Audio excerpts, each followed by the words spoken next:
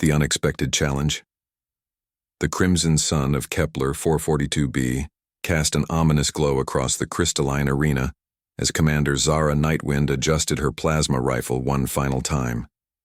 Around her, the surviving colonists of New Terra huddled behind energy barriers, their faces etched with desperation and fear. 3 months of constant raids had reduced their once thriving settlement to a handful of desperate survivors, and now their fate rested on this single combat trial. Across the gleaming arena floor, the Vorthak champion stood motionless. Krexthor was a mountain of scaled muscle and razor-sharp bone protrusions, his forearms each wielding weapons that could slice through titanium armor like paper. His species had conquered 17 star systems using these ritual duels, and no challenger had ever survived more than minutes against their champions. "This is insane," muttered Dr. Sarah Martinez from behind the barrier, her medical scanner trembling in her hands. "Zara's our best fighter, but that thing has killed dozens of champions from other worlds. We should evacuate while we still can." Marcus. Chen, the colony's chief engineer, watched silently as Zara stepped into the arena. His weathered hands gripped the energy barrier's edge until his knuckles turned white. At 45, Marcus had spent his life building things, fixing things, creating solutions where others saw only problems. But engineering couldn't solve this. Only blood could. The Vorthak war chief, Zulmak, raised his ceremonial staff. His voice boomed across the arena through universal translators. "By the ancient laws of conquest, your champion faces our chosen warrior. Victory grants your species continued existence on this world. Defeat means enslavement or death. Do you accept these terms?" Zara activated her energy blade, its blue glow barely visible against the alien sun. "I accept," she called back, though her voice carried less confidence than her words suggested. The first clash was brutal and swift. Krexthor moved with impossible speed for something so massive, his 4 weapons creating a whirlwind of death that forced Zara into desperate defensive maneuvers. Her enhanced reflexes and tactical training kept her alive, but barely. Sparks flew as her energy blade intercepted strike after strike, each impact sending shockwaves up her arms. Within minutes, it became clear that skill alone wouldn't be enough. Krexthor's reach was too long, his strength too overwhelming. A devastating blow from his warhammer sent Zara flying across the arena floor. She rolled desperately as his spear punched through the crystal where her head had been moments before. The colonists watched in horror as their champion struggled to her feet, her left arm clearly broken. Blood trickled from a gash across her forehead, and her energy blade flickered weakly in her remaining good hand. "She's finished," someone whispered behind Marcus. "We're all finished." But Marcus wasn't watching Zara anymore. His engineer's mind was studying the arena itself, analyzing the strange crystalline structures that surrounded the combat area. The formations weren't random decoration, he realized. They were technological, ancient, but definitely technological. And something about the way they pulsed when weapons struck them suggested they were still active. As Krexthor advanced for the killing blow, Marcus made a decision that would change everything. He vaulted over the energy barrier and sprinted toward the arena center. "Marcus, no," Zara shouted, raising her good hand to stop him. The Vorthak warriors raised their weapons, but their war chief held up a massive clawed hand. "Let him come," Zulmak growled, his translator adding an edge of amusement to his words. Perhaps the humans wished to provide more entertainment before their defeat. Marcus skidded to a stop beside Zara, his breathing heavy from the sprint. Up close, Krexthor was even more terrifying than he'd appeared from a distance. The champion's yellow eyes burned with predatory intelligence, and his weapons dripped with some kind of paralytic venom. "What are you doing?" Zara hissed through gritted teeth. "You're not trained for combat. Get out of here." Marcus pulled a small device from his tool belt, his hands steady despite the mortal danger surrounding them. "I'm not here to fight," he said quietly. "I'm here to learn." The device was a quantum scanner designed for analyzing unknown technology. As he aimed it at the crystalline formations around the arena, readings flooded his display that made his eyes widen in shock. "These aren't decorations," he whispered to Zara. "They're some kind of ancient recognition system. But the technology is older than anything in our databases. Older than the Vorthak civilization, too. Krexthor's patience ran out. With a roar that shattered several crystal formations, the champion charged forward, all 4 weapons raised for a strike that would end both humans simultaneously. Time seemed to slow as Marcus processed the scanner readings. The crystalline structures were responding to bioelectric signatures, searching for something specific, something they hadn't found in centuries of Vorthak conquests. The challenge system isn't Vorthak, Marcus realized aloud. They just adapted it from whatever civilization built this place. But what if the original builders had different criteria for worthy champions? As Krexthor's weapons descended toward them, Marcus did the most illogical thing imaginable. He dropped his scanner and stepped directly into the path of the champion's razor-sharp claws. The collision was inevitable. Krexthor's middle claw, designed to pierce energy armor, sliced across Marcus's outstretched palm in a spray of crimson blood. But the moment human blood touched the ancient crystal beneath their feet, everything changed. The entire arena exploded into light. Not the harsh glare of energy weapons or the dim glow of emergency lighting, but something deeper and more primal. The crystalline formations that had remained dormant for millennia suddenly blazed with patterns of gold and silver that hurt to look at directly.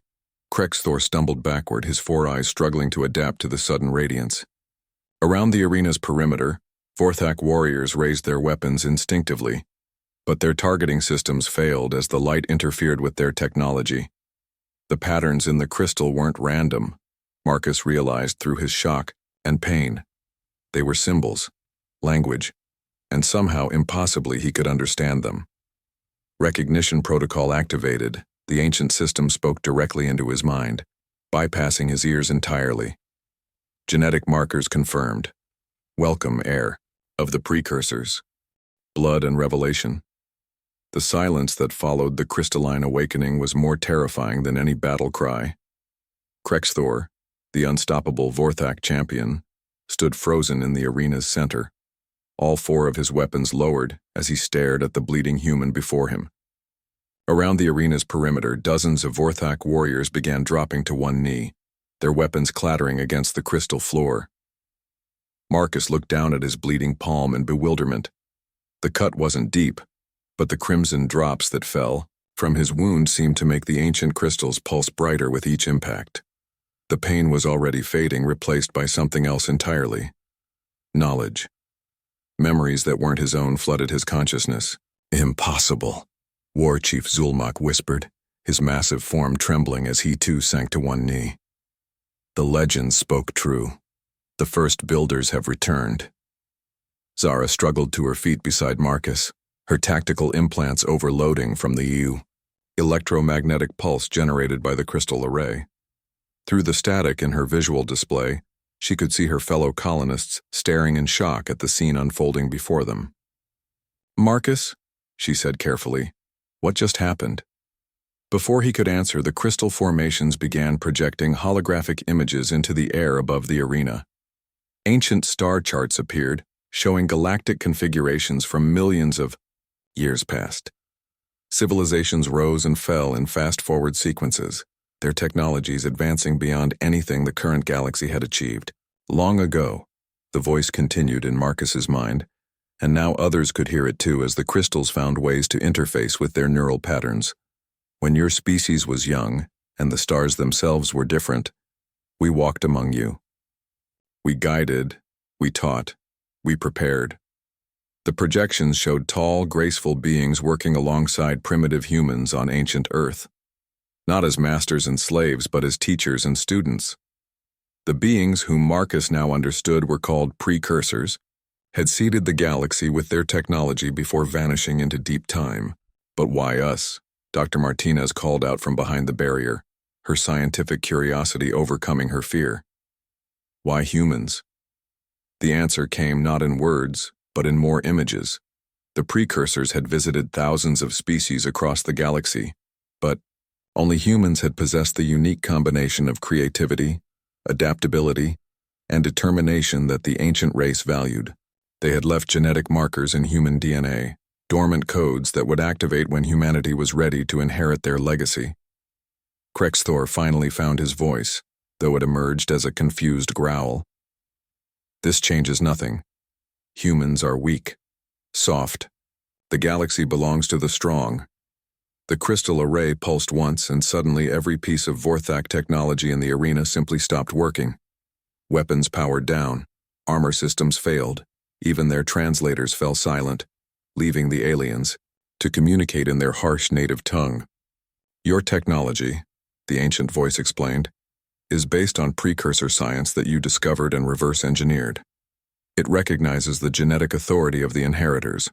It will no longer function for those who deny their rightful place. Marcus felt the weight of this revelation settling on his shoulders like a lead blanket.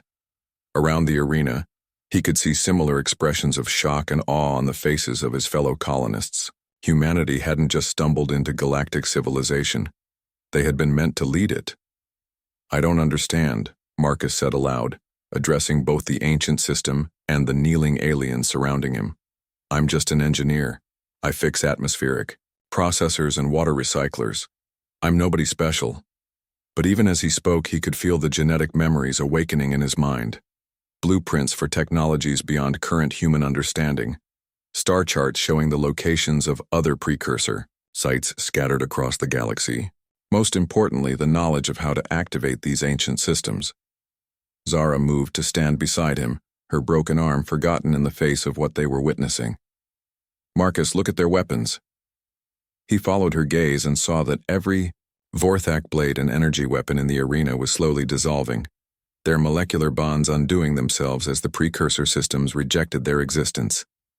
The conquering aliens found themselves defenseless in the space of minutes.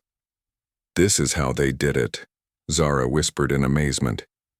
"The precursors didn't rule through force. They made themselves indispensable. Every piece of advanced technology in the galaxy carries their signature." War Chief Zulmak raised his head, his pride warring with the reality of his situation.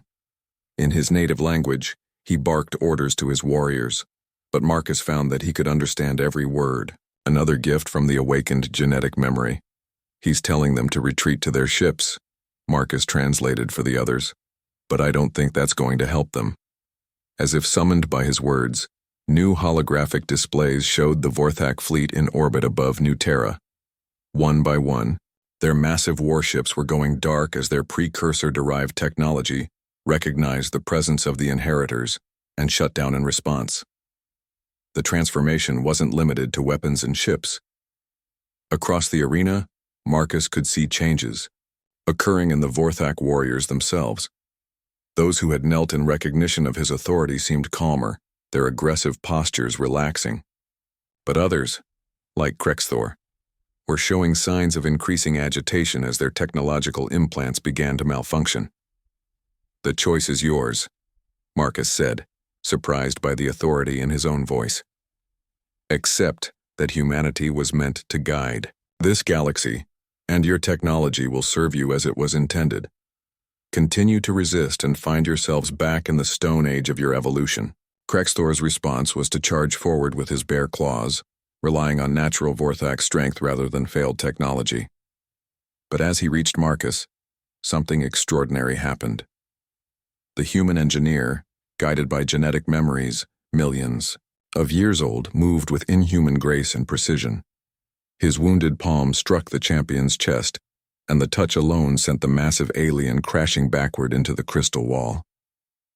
The colonists behind the barrier erupted in cheers, but Marcus felt no triumph, only the overwhelming weight of responsibility. Around the galaxy, other humans would be discovering similar truths as more precursor sites awakened. Humanity's quiet expansion through the stars hadn't been random exploration. It had been a species, returning to its destined role. "What happens now?" Dr. Martinez asked, her medical scanner detecting energy readings unlike anything in their databases. Marcus looked around the arena, at the kneeling aliens, at the crystal formations still pulsing with ancient light, at his fellow humans who were looking to him for answers he was only beginning to understand. "Now," he said, feeling the genetic memories guiding his words, We take our rightful place among the stars, not as conquerors, but as the inheritors the precursors always meant us to be. The crystalline arena pulsed one final time, and suddenly, similar light began appearing in the night sky above them. All across New Terra, all across human space, ancient sites were awakening in response to the activation on Kepler 442b. Humanity's true journey among the stars was just beginning.